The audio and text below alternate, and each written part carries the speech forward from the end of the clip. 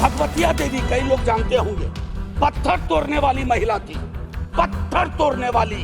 हमना साहबो गाली भैया, हमना साहबो गाली। वहां से गया से निकल करके वो संसद तक। क्या उसके बाद भगवतिया देवी आ पाई, फूलन देवी आ पाई? वो इसलिए नहीं आ पाई कि हम आपको दोष नहीं देते हैं, हमारी व्यवस्थाएं संवेदन शून्य है। जो 33% आ रहा है उसके अंदर, जिसका आंकड़ा अभी के हिसाब से 136 सीट बैठता है, उसमें SC, ST और OBC की व्यवस्था सचमुच ऐतिहासिक होगा अगर हमने आज इतिहास को व्यापक कैनवस पर देखा। जो प्रधानमंत्री जी कहते हैं, इसको सेलेक्ट कमेटी में भेज करके SC, ST और OBC को इनकॉर्पोरेट किया जाए। जत्र नार्यस्तु पूज्यन्ते रमन्ते तत्र देवता। पता नहीं देवता रम करते हैं कि नहीं, लेकिन हमने इस श्लोक के बावजूद महिलाओं का मोलेस्टेशन देखा, घरेलू हिंसा देखी, सबसे ज्यादा रेप परिवार नाम की संस्था में देखा, जिसका आंकड़ा खुद सरकार देती है।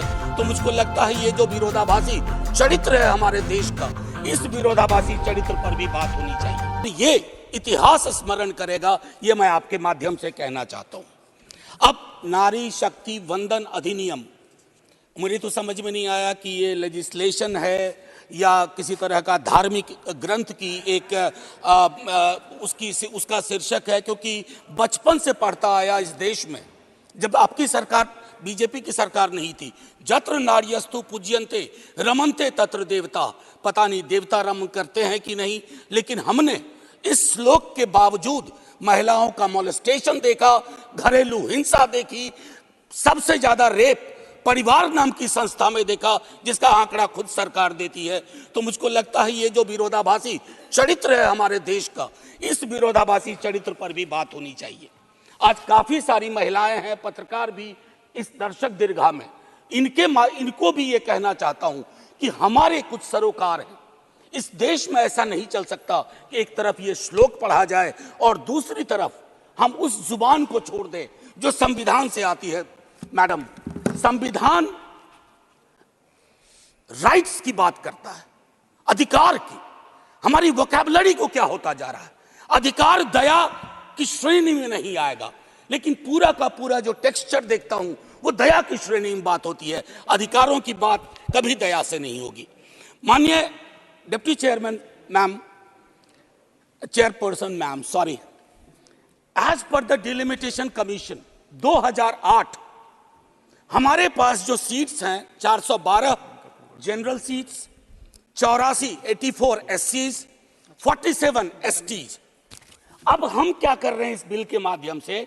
84 और 47 के अंदर 1/3 कर रहे हैं।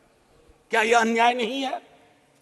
एग्जिस्टिंग सीट्स में नहीं, जो 33% आ रहा है उसके अंदर, जिसका आंकड़ा अभी के हिसाब से 136 सीट बैठता है, उसमें SC, ST और OBC की व्यवस्था हो। क्योंकि देखिए, मैं आपके माध्यम से कहूं, हर महिला को बहुत मुश्किल से आगे बढ़ना पड़ता है, ये आप भी जानती हैं।